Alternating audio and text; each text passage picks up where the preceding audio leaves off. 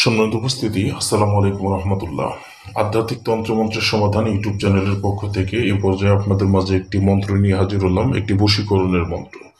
তো দর্শক, এই মন্ত্র দিয়ে আপনারা কিভাবে কাজ করবেন, মন্ত্র দিয়ে কাজ করলে কতটা পাওয়ারফুল হবে এবং পরীক্ষিত হবে, এই কাজটা করলে কি কি সমস্যার সমাধান হবে, বিস্তারিত আলোচনা নিয়ে আজকের ভিডিওতে আমি আছি আপনাদের মাঝে, তান্ত্রিক কবিরাজ হাসান মাহমুদ।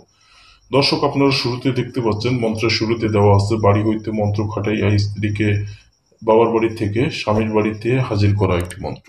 তো এই যে মন্ত্রটা আপনারা দেখছেন, এই মন্ত্রটা কিভাবে প্রয়োগ করবেন বিস্তারিত আলোচনা নিয়ে আজকে আমি আছি আপনাদের মাঝে।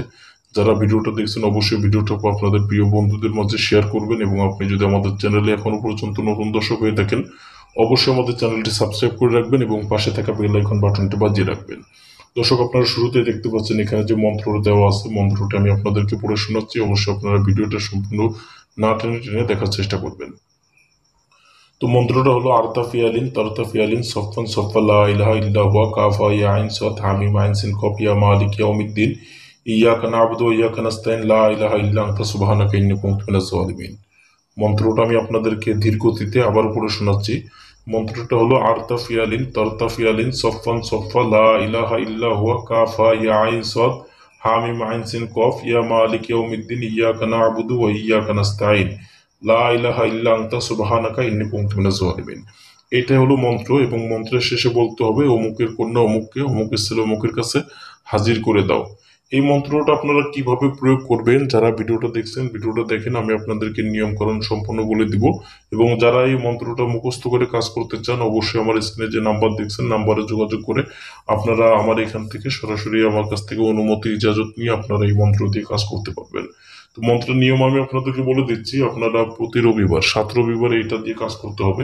তো প্রতি রবিবারের দিন ঠিক দুপুর বেলায় জোহরের নামাজের পরে আপনাদেরকে পাক পবিত্র অবস্থায় একটু লবণ নিতে হবে।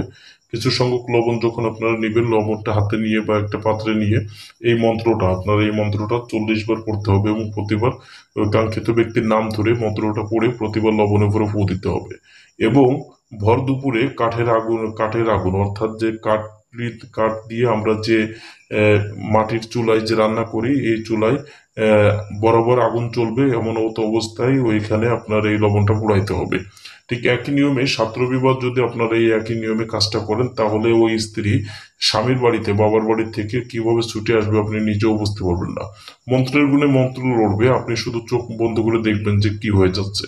তো ওই মহিলা বা ওই স্ত্রী আর কখনো স্বামীর বাড়ি থেকে বাবার বাড়িতে আর যাবে না, আর এই স্বামীর বাধ্য হয়ে সারাটা জীবনের জন্য থাকবে।